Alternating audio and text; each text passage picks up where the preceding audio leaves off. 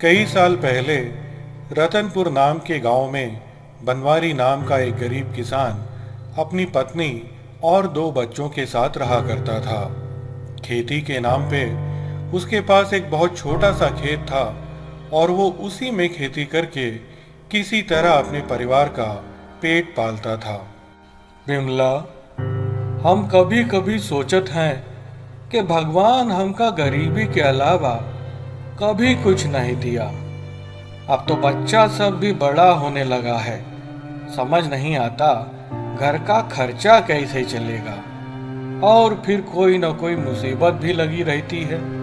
कभी कोई बीमार पड़ गया, कभी कुछ तो कभी कुछ। ऐसा नहीं था कि बनवारी हुनरमंद नहीं था।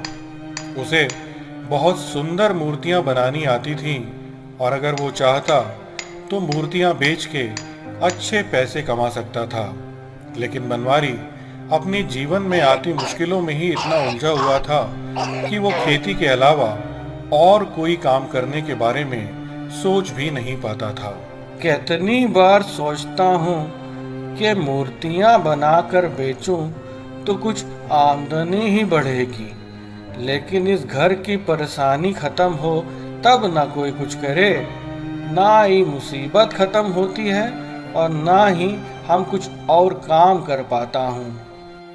एक दिन की बात है, बनवारी हमेशा की तरह अपनी मुश्किलों के बारे में सोचता हुआ चला जा रहा था कि अचानक उसे सामने से एक साधु आता दिखाई दिया।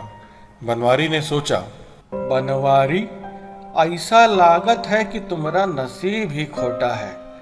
चला साधु महाराज से ही पूछा जाए कि तुहार किस्मत कब खुली।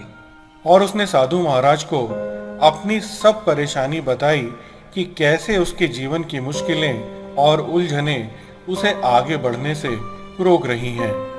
साधु महाराज ने उसकी बातें बहुत ध्यान से सुनी और कहा, तुम्हारी समस्या का हल है मेरे पास, लेकिन इसके लिए तुम्हें मेरे साथ चलना होगा। और दोनों चल पड़े। साधु आगे आगे और बनवारी पीछे पीछे।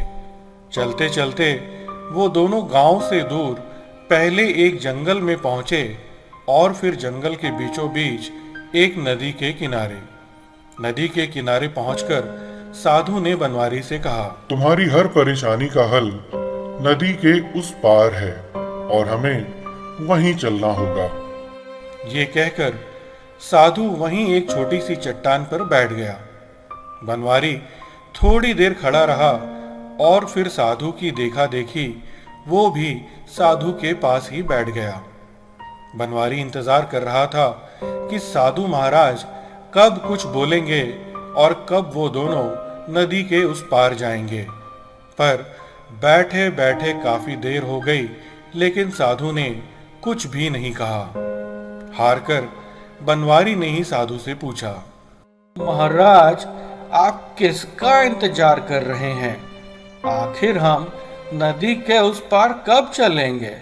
साधु ने कहा, अरे, देख नहीं रहे हो नदी में कितना पानी है? मैं इंतजार कर रहा हूँ कि ये पानी सूखे तो नदी पार की जाए।